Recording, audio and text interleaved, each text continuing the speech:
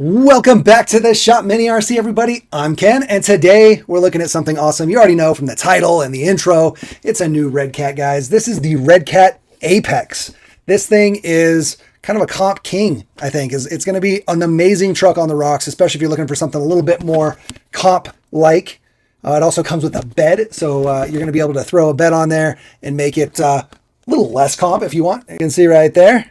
It's also brushless with the Hobby Wing brushless, and it's got the new front axles on it. In that intro video, which will have a full, almost 30-minute video, if you want to check that out, I'll put a link over here, and you can check that video out where we basically, like 7 months ago, got a prototype of this guy, or an early production sample, and we were able to test it and give feedback and whatnot. So we're going to see what all has, if anything has changed. Not much needed change at all. If you go watch that video, I say they can release it as is, and I think people would be stoked. So we'll see if they took any of that feedback. They definitely took some of their feedback because they changed the name, which is good. The original name I wasn't so hot on, but the Ascent Apex, that's good. All right, let's go ahead and dive into this guy. We're going to show what's going on, and it should be fun. And then we're going to go run it.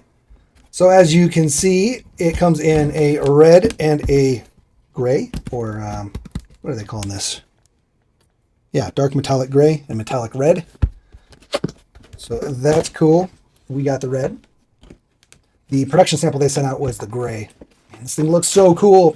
Man, I wish I would have done the red anodized. Probably be an upgrade option.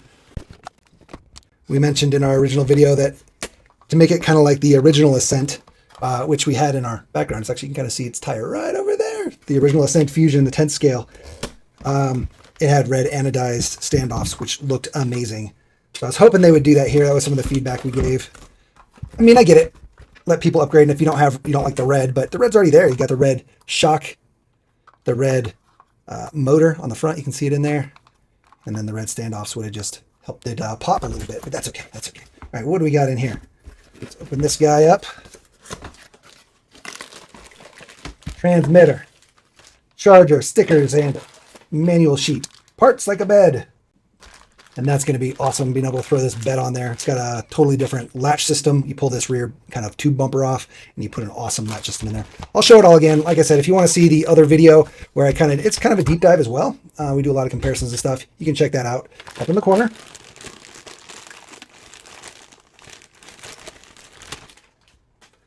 They decided to run with this transmitter, which was also on the production model or the production sample. I wasn't sure if they used this transmitter because it was a production sample and it's what they had, or if it's what's coming with it. Looks like it's what's coming with it.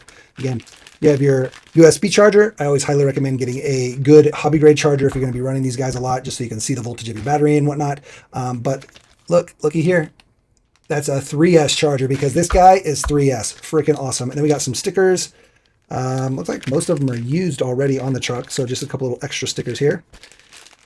Really just these little side stickers. That's all that's in there. All the rest have been used. And then this little sheet with the online manual. It goes super deep. Hopefully you can scan that if you want to. You can always go on the product page as well on Redcat and find the manual if you want to dive into it. Let's open up this. I want to open up this. I know you guys want to see the truck, but I like to see what's in the packaging first. Yeah, buddy. Mind you, we're going to have to completely kind of poke into our body here. You can see there's little holes there.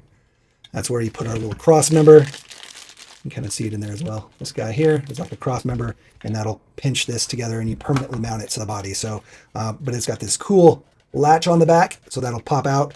Some new little mounts in there. Looks like some portal covers.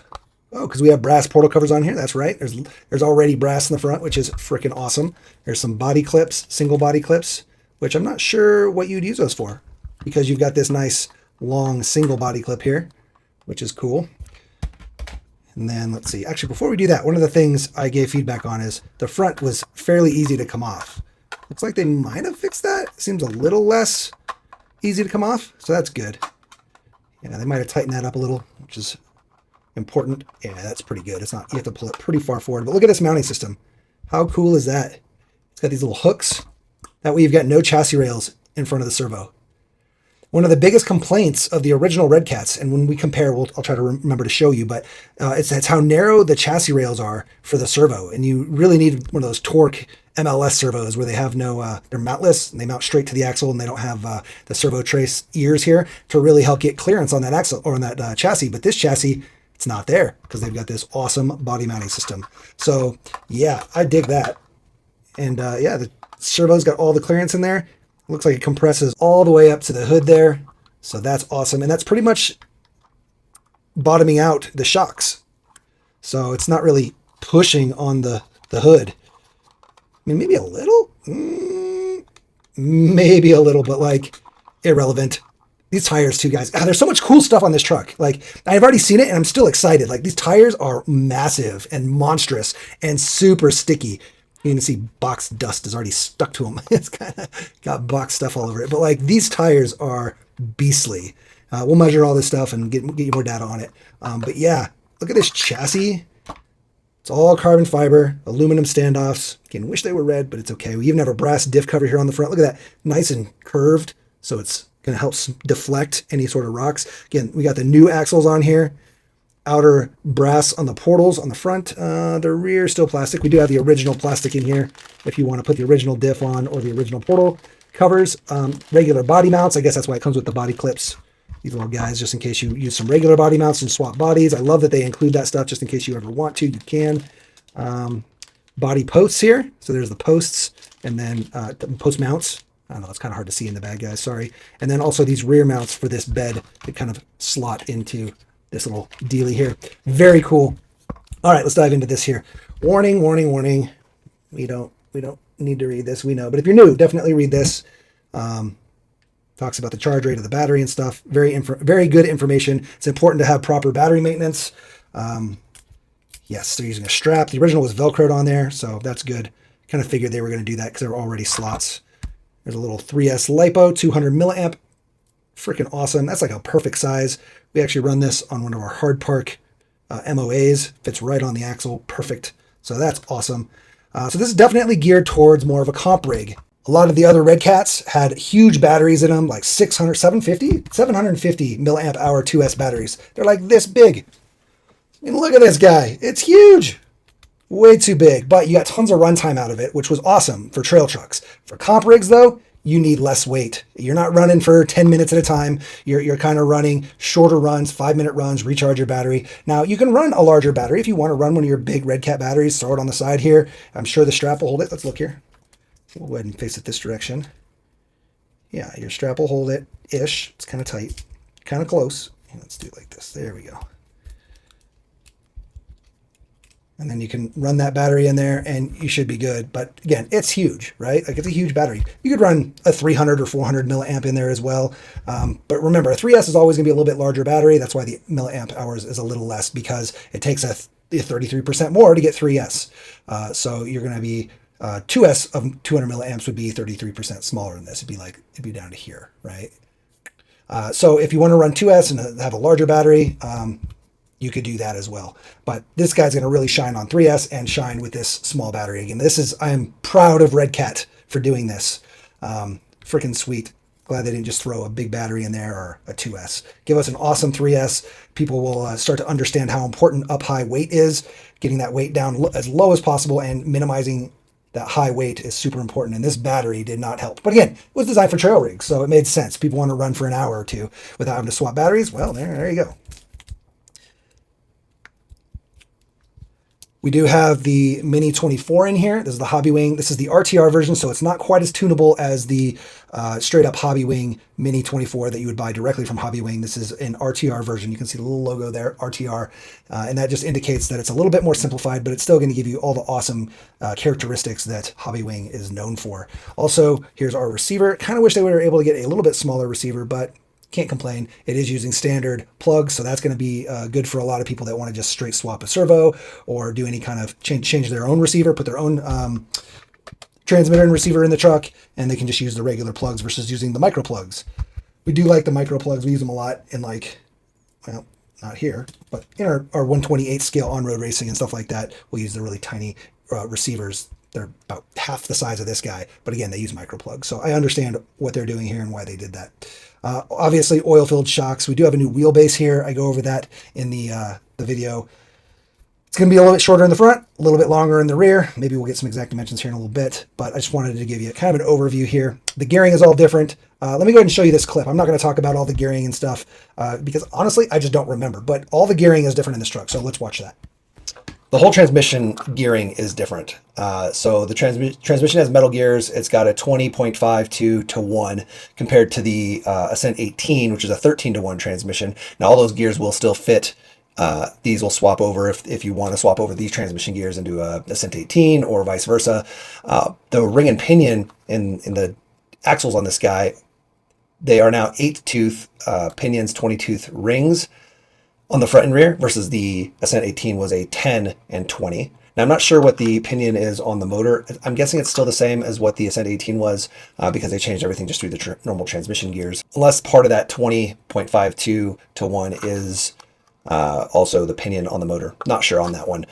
We should be able to mount up any Ascent motor, you know, whether it's the FearTech or the Hobby Wing.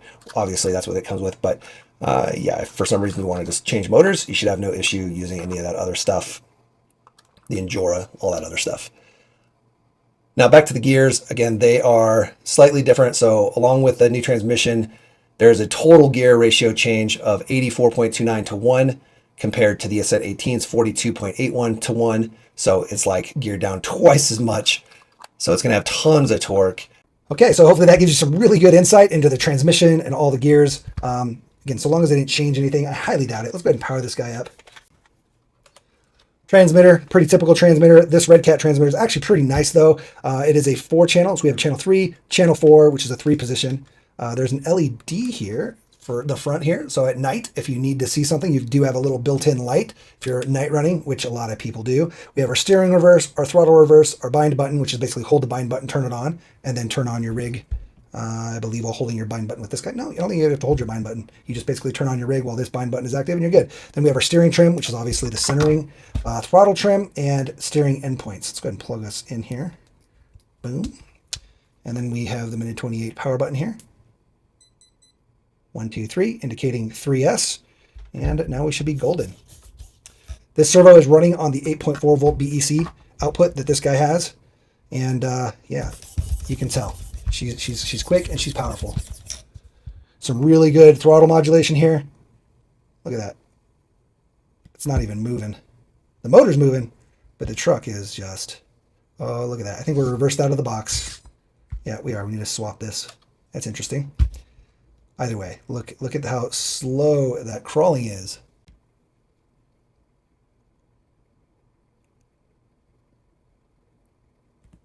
And then tons of wheel speed.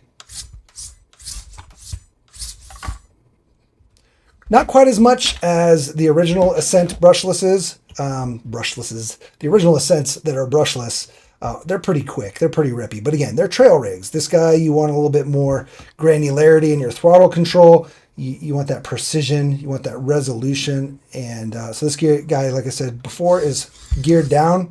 But man, it's still got good wheel speed. You could definitely pop it. And it's got really good slow crawl and just modulation. It's got FOC. Yeah, it feels good, guys.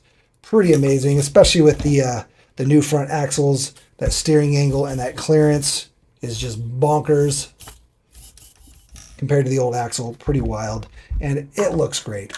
This is probably my favorite Redcat yet. I mean, I love the older ones too. Like, don't get me wrong, but I've always wanted them to come out with more of a comp truck, at least comp style, kind of that bedless, cab only, kind of slammed look. Like it looks, you can make it slammed. Like, what is, that's a RTR, guys. That's a freaking RTR. How sick. There are O-rings in these shocks, I believe, to help kind of keep it lower. And you can kind of, you can see that. Like, how great. That is so good looking. Oh, I love it. I love it. I love it. I love it. There is no overdrive in this guy, though. So no underdrive. It is, actually, hold on.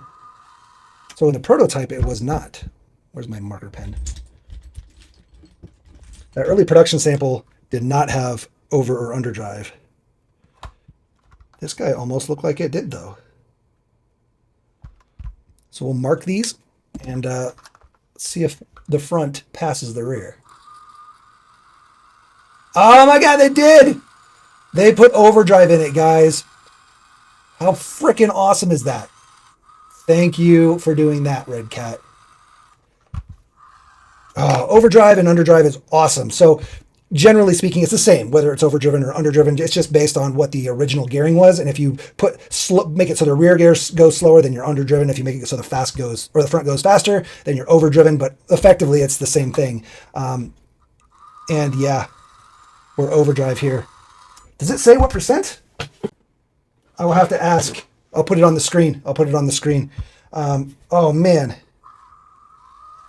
I knew it felt like it was pulling, kind of sucking itself down because the front is a little faster than the rear. It actually tries to pull the front and drag the rear a little. So it causes your suspension to squat just a little bit. And it really helps you stay stuck on the rocks at, high inclines. And I felt like when I was doing this, it felt like it was just gripping, like pulling itself. And it is. Man, that's awesome. The original did not have overdrive, so I'm glad they did that. I was going to be excited to tell you, you could just swap your portal gears if you already have one, right? If you already have older Redcat like Ascent or Scout, any of those guys, even the Power Wagon, you would have been able to pull the front portal gears out of here and put them in the rear of your other truck because they're geared down, and you would have had underdrive in your old truck and overdrive. You take those gears and put them in here. You have overdrive in your new truck, but you don't need to. It's already got it. Freaking cool. Well, let's go ahead and weigh this guy. Should be just like the prototype, 60-40, perfect, 60 in the front, 40 in the back. And then we got a little bit of like 1% over here on the driver's side, so 51-49. It's that battery. It's just adding that little bit of extra weight. ESC is on this side though, so it's can't get much more balanced than that, honestly. Overall, that's pretty dang good. And then what's our total weight again? Let's check that. 440, 441-ish, 440, 441. So pretty good. Again, box stock rig, guys. Totally box stock. Awesome. All right, let's go ahead and look at some of the closer details, our link lengths, stuff like that. I'll get the calipers out and try to measure these guys for you as best as possible. And kind of curious if there's weights in the wheels, like brass rings. We'll check that.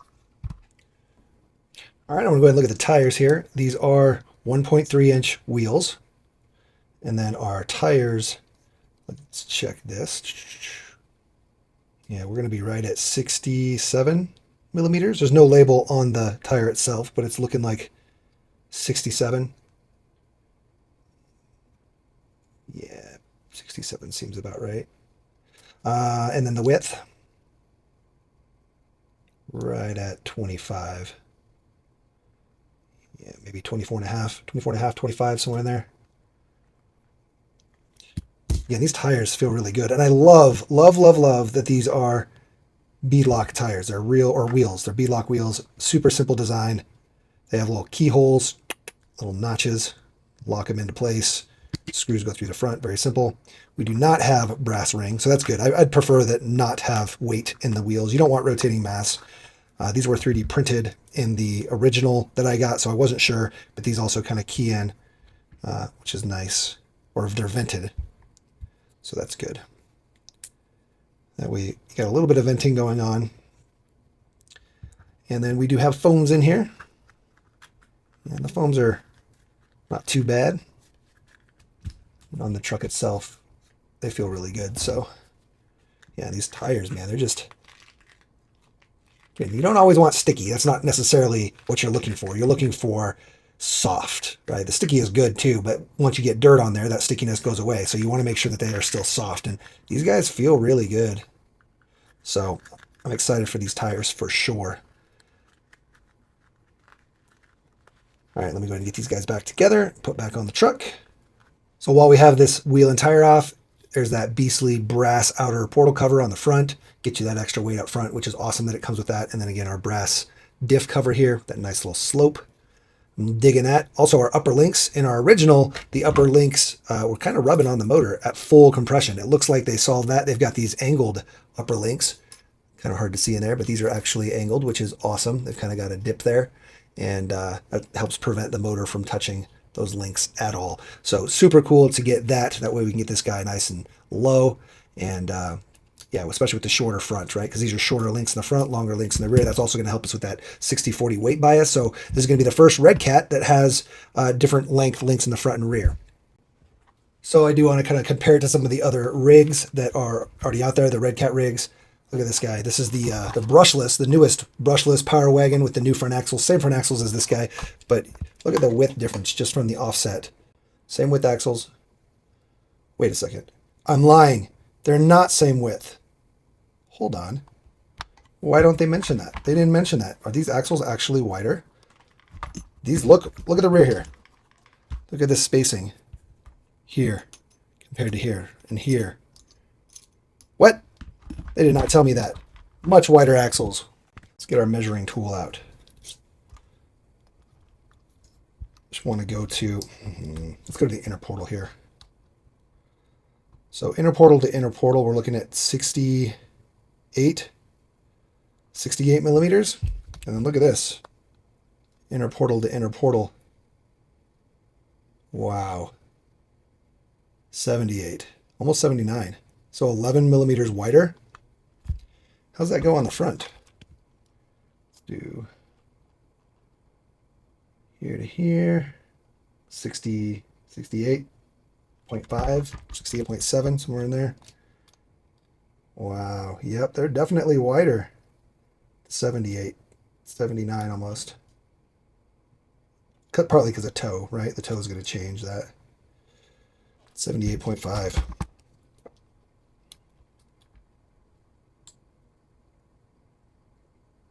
68.5, 10 millimeter, 11 millimeter difference. Crazy. I did not realize that. They don't mention that anywhere. They don't say that on the box anywhere. They just, oh, they do say wide axles, actually. High steer. Wide axles. Okay. Huh. Well, that's awesome. So if you're looking for a wider axle, that's going to be available. I was like, it feels so much wider. I thought it was just offset of the wheels, but it is definitely not. Look at that.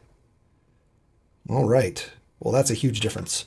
Also, a cool thing to point out, these boat sliders here, this bottom portion can come off. You basically can pull this out. These two screws will come out. You'd have to pull off your ESC here, but then this drops out if you want to get extra kind of clearance, kind of like this guy here did. So these boat sliders come out. You'd be looking more like this, right? So get that extra clearance up in there. This used to have the sliders. I pulled them off. But yeah, wow, crazy. Okay, I'm kind of in shock here. The axle width, so much bigger. And then again, we've got different link setups and whatnot, but all of these are the same length links. Even our aftermarket links here, pretty much. Oh, this one's a little longer. These are a little longer. This is actually, I don't even know if it's supposed to be shown yet. This is not out yet, but let's see. These two should be the exact same. Yeah, the exact same. These are the stock. These are basically stock. I think the only difference on this is I think my upper is just a little different to help get a little better clocking on that drive shaft. See how that drive shaft clocks upward just a little bit, whereas here it clocks downward just a little bit towards the ground. So I think we lengthened our upper rear link just a little bit on that one. These are Tyler Chapman links, if you were wondering. But yeah, these are definitely going to be much longer here. Let's go ahead and compare. This is the most recent rig, so we'll keep these guys out.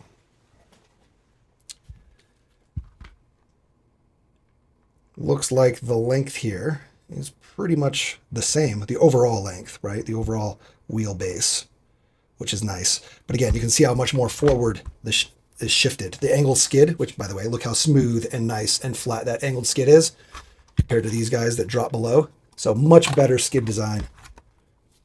So sick, guys. I can't convey enough how dope this is. Nice and smooth versus kind of the drop down skid there. Not ideal. Not bad. I mean, these are still one of my favorite trucks out there and works fantastic, but they just took it to the next level here, guys. Freaking sweet. So nice and angled and flat, completely smooth and level with the chassis. Now let's go ahead and see if we can measure out these lengths here.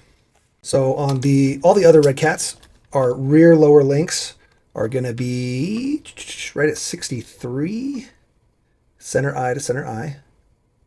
Yeah, we're at 63. Our front lowers are going to be 56. Center eye to center eye. Yeah, 56. I can't really get in here easily, but we're going to try our best just to kind of show you. The front uppers are 42. And then our rear uppers, this might be a tough one. From here to right about here.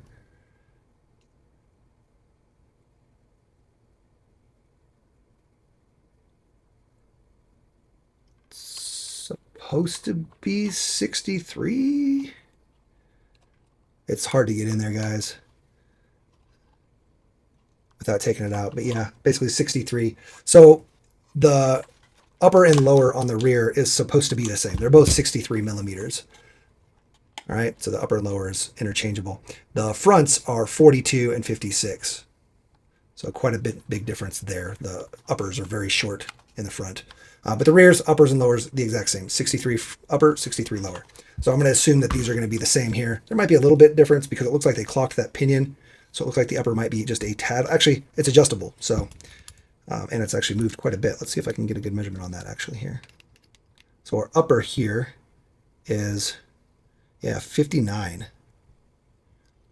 So that's interesting. It's only 59. It's actually shorter. The upper is shorter than the other uppers, but the lower on the rear is 69. 69. So that's a pretty big difference there. What is that? 63, 69, 6 millimeters longer. And then our front's going to be probably 6 millimeters shorter. So it was 56. Now we're at 46, 10 millimeters shorter. Interesting. I guess it's just the placement of where they're placed on the chassis and the distance. Oh, look at that. Much further distance here. That's part of it. Why? That's part of why. Look, our lowers are going to be 28 millimeters here, 27 millimeters, versus here, our lowers are only 18. So that's why the difference, that makes more sense. These are much further back. Interesting. So totally different suspension geometry here. It looks like the, let's go ahead and just get these out real quick here. Yeah, we'll call it 46 on the front lowers. 70 on the rear lowers. No, this would be, oh, I can just do it from here. This might work. Maybe, maybe not. Oh yeah, here we go, here we go, here we go. And then our front uppers, again, I'm going to the center of the bolt, which is gonna be as close as I can get without taking it all apart. It looks like 30 on the front uppers. And then on the rear, like I said before, 60 on the rear uppers. Okay. Very interesting. Very interesting. Drive shaft length in the rear is pretty significant. We're looking at like, let's see, not compressed. It doesn't really move much. So drive shaft end to drive shaft, where I'm guessing the end is going to be right about there, 68 versus much shorter, 58. And then the front, short little guy here, looking like we're rocking right at 39, 38, 38 and a half, 39. And this guy's longer, yeah, like 48. So 10 millimeter difference on the drive shafts. Very cool though, guys. So it's a pretty different platform, pretty different rig. I mean, it's still the Redcat platform, but you're not going to be able to use the aftermarket links. The skid plate's totally different. Obviously, chassis rails. It's a very different rig. A lot of the parts on here are unique to this rig, which is awesome. So hopefully we see some good support coming just in people making aftermarket links for this. I mean, this truck is awesome. I could already tell. And like I said, the prototype that we had, or early production sample, it was fantastic. It handled so well. So very cool to see this guy here. That early production sample did not have the wide axles, though. I believe it was just super offset wheels. Anyway, you can check out that video. Like I said, it will be up in the corner, and we'll probably link it at the end, maybe down in the description as well. So I just do want to point out that it is the inner housing here that is different. So everything on the portal side is going to be the same. You can use any of the portal upgrades and any of the high steer portal upgrades. It's just the actual center housing here is going to be wider, basically between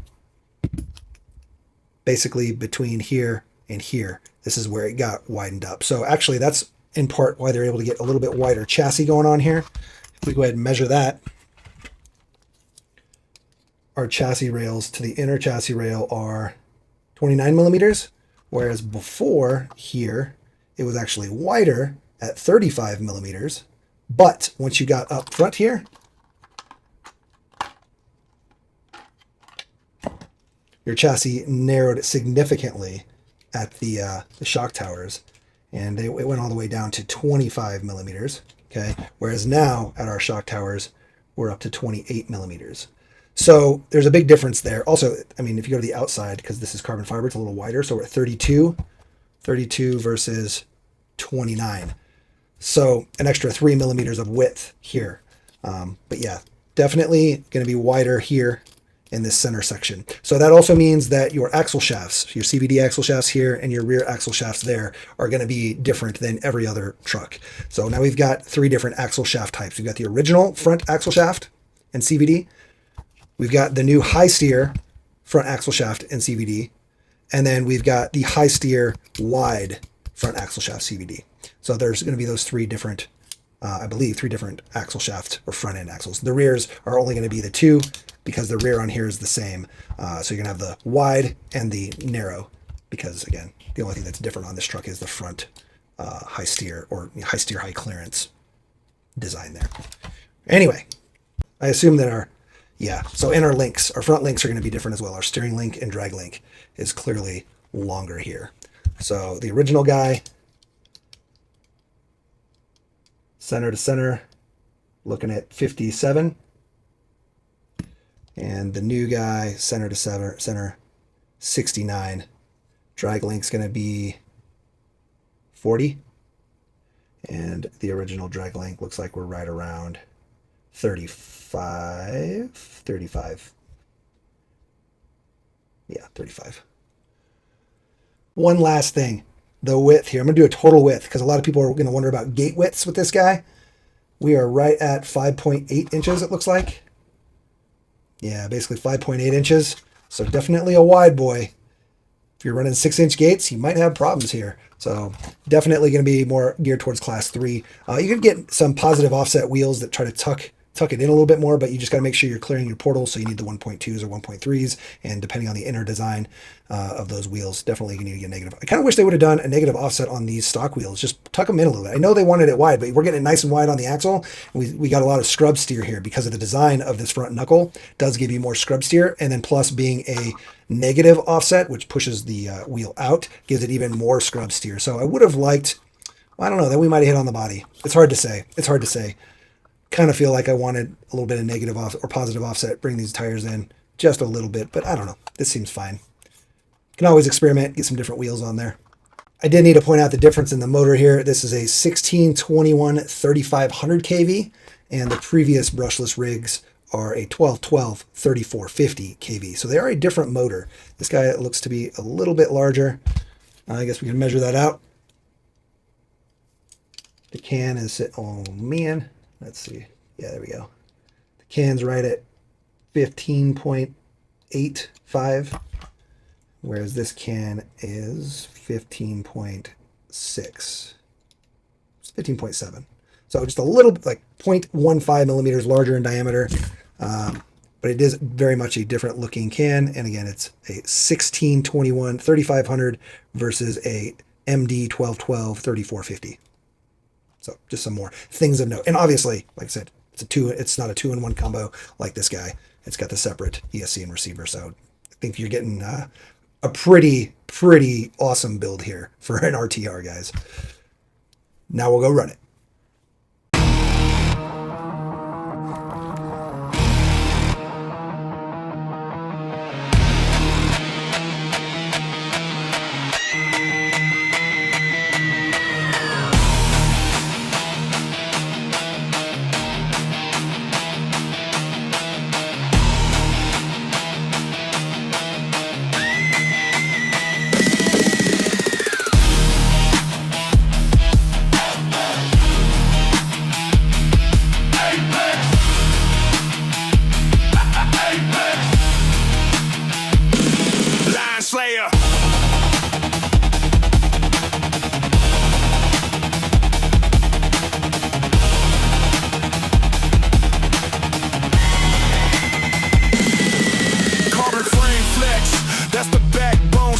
Apex hitting lines, every climb the real deal. Wide axle spread, stance locked on stone. 3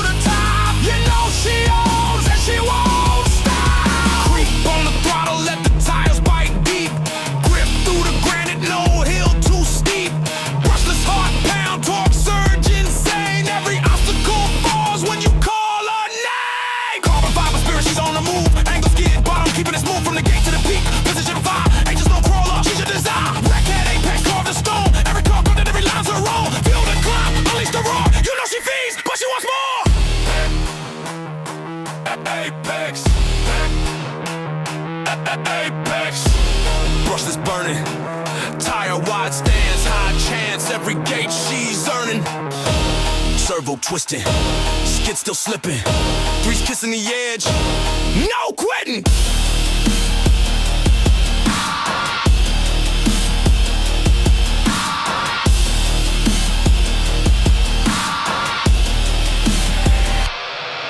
Redcat Apex.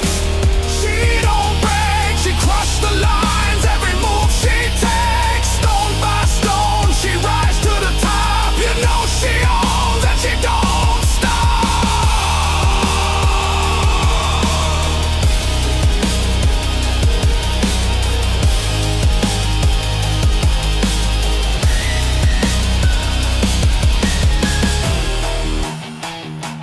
Apex.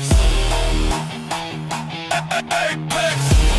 Redcat Apex, wide and strong. On the rocks, where legends belong. Through the grind, through the climb, the apex rises every time. Apex. Apex. Line slayer, cliff breaker, trail take a red cat forever. Apex.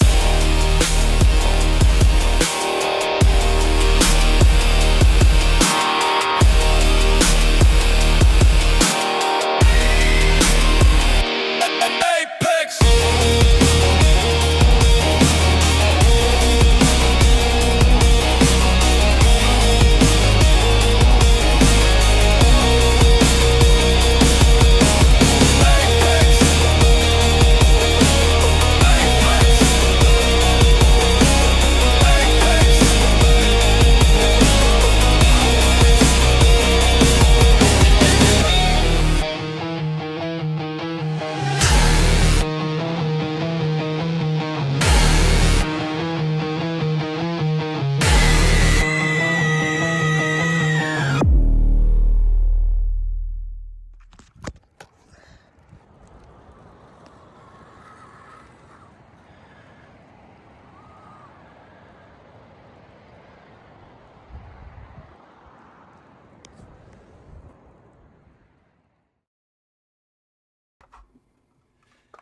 And there it is, ladies and gents. Redcat with the Apex. It's technically the Ascent Apex, the newest in the Ascent 18 lineup. Such a cool rig. It performed fantastic. You saw it out on the rocks. Such a cool rig. It is wide, so just be aware of that. It's pretty wide, but man, it can hit some lines. And it's super smooth in the throttle. And yeah, tires worked great. It's got the underdrive, overdrive setup is really good. I love that they give you the option to put the bed on there if you want to run it with a bed. Super cool. I think we're probably going to keep ours like this. If we get another one, we'll throw the bed on that one. But yeah, such a cool rig for sure. We are absolutely loving it. I'm super glad that Redcat is doing, you know, more of a comp style setup for those that want to run something a little bit more aggressive, less of a trail rig. I love that they went 3S with it. I love that they use a comp size battery, little 200 milliamp battery. That's the right move. Yeah. Awesome rig. If you are interested in checking out our feedback and the kind of the little video we made for the pre-production sample that we were sent back in February, definitely check that out. We'll put a link at the end of the video if there's not already one up over there. But definitely check that out. It's another just kind of showing it off and driving it on the desk and through some stuff. And yeah, just kind of giving feedback way before this guy was made, but or finalized, I guess. So yeah, anyway. I appreciate everybody hanging out. I hope you enjoyed the video. I hope you enjoyed the running footage. And yeah, huge shout out to all of our channel members. Everybody here gets to see videos early before anybody else for stuff we're allowed to, not stuff that's on release dates like this, but everything else, they get to see it early. They also get behind the scenes videos. I was very tempted to make the pre-production video members only, but I kind of felt like that was worth showing to everybody else as well. But there's tons of stuff that behind the scenes, just kind of updates on what we're doing, what we're working on. And yeah, again, they can see a lot of videos before anybody else, though, and without ads. So definitely check out being a channel member if you want some of those perks. Also, they get sent, the top tier members get sent out stickers each month, and they have a priority comment replies for any channel members. I always reply to their comments first because they show up first. We also have a special channel in our Discord for members only, but anybody can join the Discord in general. So definitely check that out down in the description below if you're interested in Discord. We have a great community in there, and yeah, people in there helping with builds, answering questions, asking questions, giving tips. There's a 3D printing channel in there, racing, crawling, bashing, all pretty much small scale, but people even talk about their big stuff in there. So definitely worth checking that out. Anyway, guys, we also have a Redcat Ascent group. You should definitely join that if you're interested in the Redcat Ascent platform. That is also in the description below. Tons of links in the description below. Just check them all out. And yeah, I hope you guys, like I said, hope you enjoyed it. And I appreciate everybody who helps support the channel. You guys are awesome. On that note, if you want to support the channel, make sure you like, subscribe, share, and hit that notification bell. All those things help support the channel. It's the number one thing you can do. And then you can get out there and build something awesome. Build a car, build a course, build a community. And if you are interested in picking one of these up, we'll have a link down in the description below. And again, you can see what the current pricing is. Pricing changes all the time on cars, so I don't really like to mention the videos, but click that link, see what they're going for right now, snag one up. It's well priced. And yeah, I hope to see you guys out on the trails. Smash it, crash it, and bash it, but don't break the expensive parts. Peace. Apex.